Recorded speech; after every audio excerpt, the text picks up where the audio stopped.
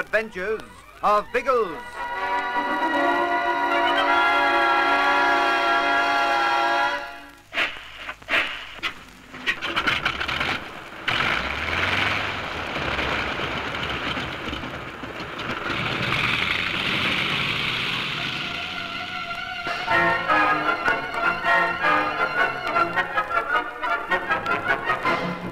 Biggles and his air police have been given a new assignment to rescue a band of fugitive missionaries from the Gobi Desert in China.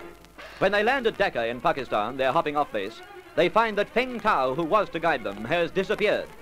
Biggles interviews Ah Fong, the Chinese merchant with whom he was staying, but learns very little from him. That evening, Biggles is dining with Bertie and Ginger at their hotel. They're surprised when Ah Fong joins them and offers to lead Biggles to Feng Tao on the condition that he comes alone. Ginger and Bertie are worried as they watch their leader go off with the merchant. I don't like it one little bit, Bertie. Didn't that fat trout say earlier that he knew nothing about Feng Tao? His story was that Feng went off for a stroll 3 days ago and didn't come back. He said he'd heard nothing of him since. Now the sausage comes waffling in here with an offer to take Biggles direct to the scene of the jolly old crime. More or less, anyway. Which means that he knew where Feng was all along. In that case, old bean, he's up to no belly good with the old lord and master. On your feet, Ginge. We're trundling in the same general direction. Good man, I've been wanting to follow them. Better sprint, what? Might spot them in the foyer if we get a waffle on.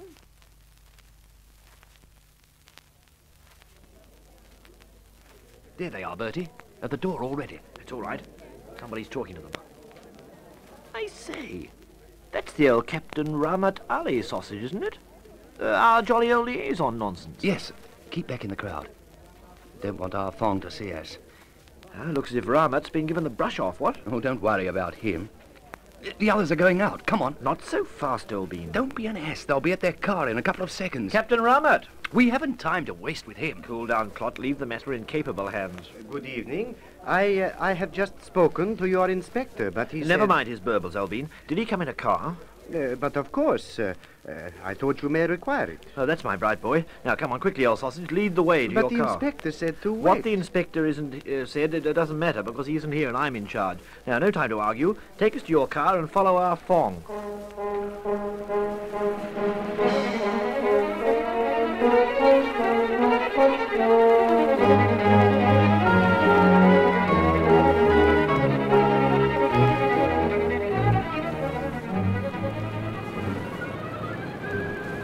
Don't drive too close, Captain. We don't want our Fong to know we're following. I do not understand this, gentleman. Are you suggesting that Ah Fong would harm the inspector? We haven't a very clue, old bean. But I should say if he thought he could get away with it, he would. Biggles doesn't trust him. He was very suspicious after we interviewed him this afternoon. But Ah Fong is a most respected merchant of this city. Are you sure that isn't just a front? A front? What the old trout's trying to suggest is that our Fong is up to some awful dark and dirty business. But so that you good Pakistanis won't suspect, he's pretending to be a respectable merchant. It's been done before, you know. You may be right, of course. But it is bad to harm an important Englishman like the inspector. You're telling us it's bad. If he tries any tricks with Biggles, he'll land the surprise of his life. I say, what's this part of the jolly old city, old bean? The traffic seems to be thinning out. We are coming to a residential quarter. Most respectable people live here. Any Chinese? Very few. There are some diplomatic officials, but they would not be concerned in a matter like this. Hello, he's stopping. Drive fast, Captain. Turn round the next corner and pull up there. As you say. Better turn our heads as we go past. Don't want to be recognized, what?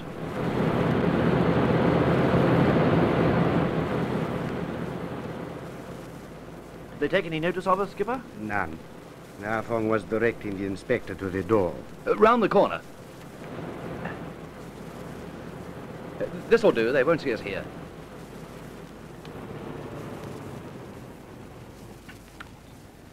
Now, we'd better trundle back and have a deco at that house, what?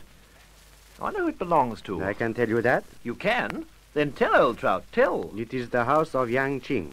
Chinese. But I feel you are wrong in suspecting foul play. Yang Qing is an important man. He is the leader of a trade delegation from China. From communist China? Of course. A man in his position would not resort to criminal activities. So you never can be sure of these things, old trout. I'm sure. Uh-huh. Looks as if a thought has clicked through the Hebblethwaite brain. It happens too rarely to be an accident, and so one can always tell when it does happen. What is it? Our Fong was very bitter about the communists this afternoon. You remember that, Captain? That is correct. His hatred for the present government is well known in Dhaka. Then isn't it odd that he should call at the house of a Chinese communist official? Yes, that is most strange. Always he has avoided this new diplomatic circle from China. Ah, the rat is beginning to become most smelly. Let's have a squint at that house, old Trouts. We Ulysses have a strange longing to know what's happening inside.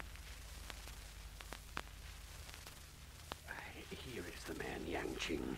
I have done well. I brought him without his companions. You have done as I instructed, Afon.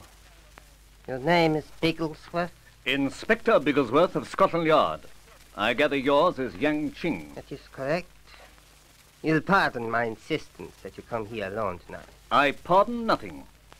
I did as Ah Fong requested because I wished to find the Buddhist priest, Feng Tao. I was told I'd be taken to him.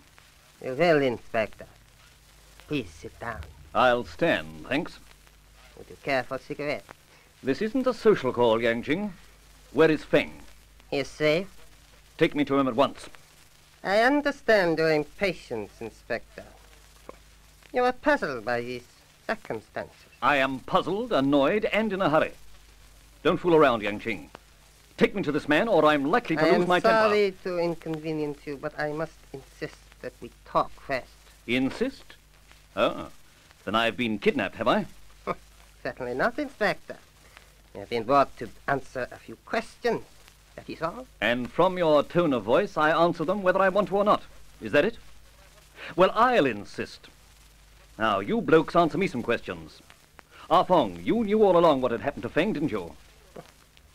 You may answer him, Afon.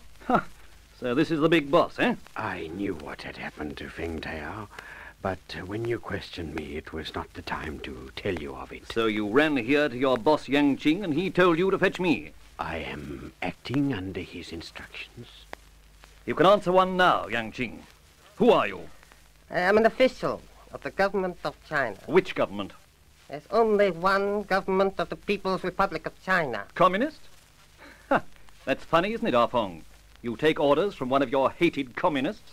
Sometimes it is necessary to give a false impression in order to carry on with one's work. I suspected something like this.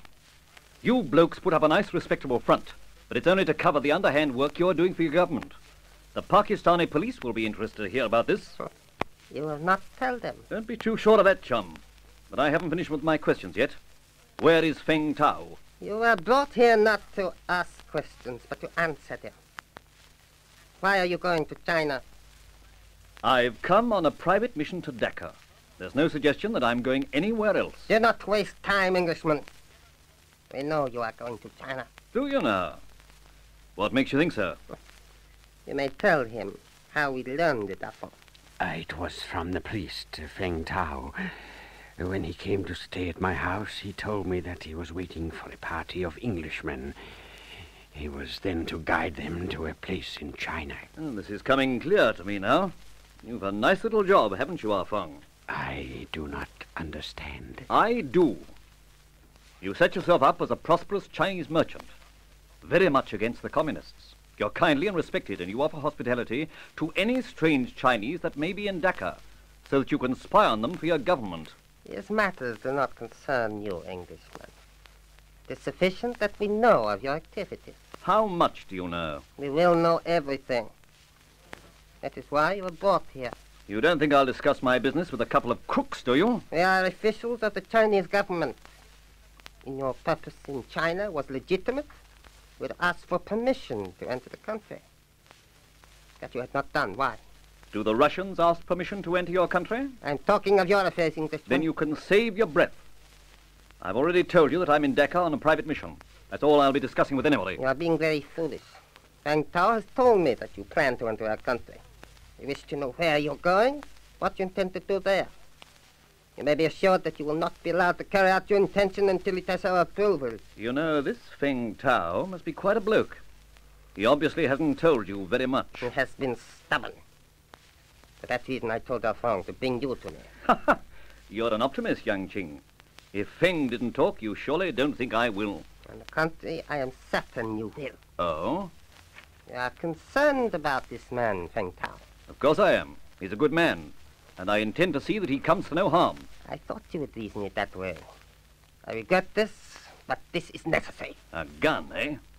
So that's how you Chinese government officials work. Set him off out. It is necessary that he be unarmed. Why, particularly? Because I am going to grant you your wish. I'm going to take you to Feng Tao.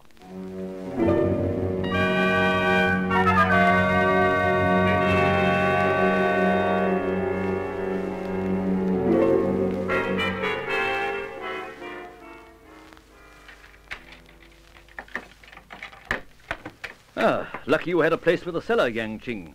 Makes a good prison, doesn't it? There is your guide. You swine! What have you done with him? Do not fear. He still lives. He's merely unconscious. Swing the torch over here. This man's been beaten up. His mouth's bleeding and there are bruises on his face. They brought him here when he refused to give details of the trip you proposed. Unfortunately, he still proves stubborn. You'll pay for this, Yang Ching. As soon as I get this man out of here, the authorities will You hear will about say it. nothing, Englishman. You will leave this house only when I have the information that I require. Feng Tao will remain as hostage for your silence. He will be killed if you breathe one word of what is happening. And what makes you so certain I'll give the information? Your concern for this man. Unless you tell me your purpose in visiting China, Feng Tao will be killed immediately. Yang Ching seems to have Biggles completely at his mercy. But what of Bertie and Ginge? Have they been able to break into the house? Listen for the excitement in the next thrilling chapter of The Air Adventures of Biggles.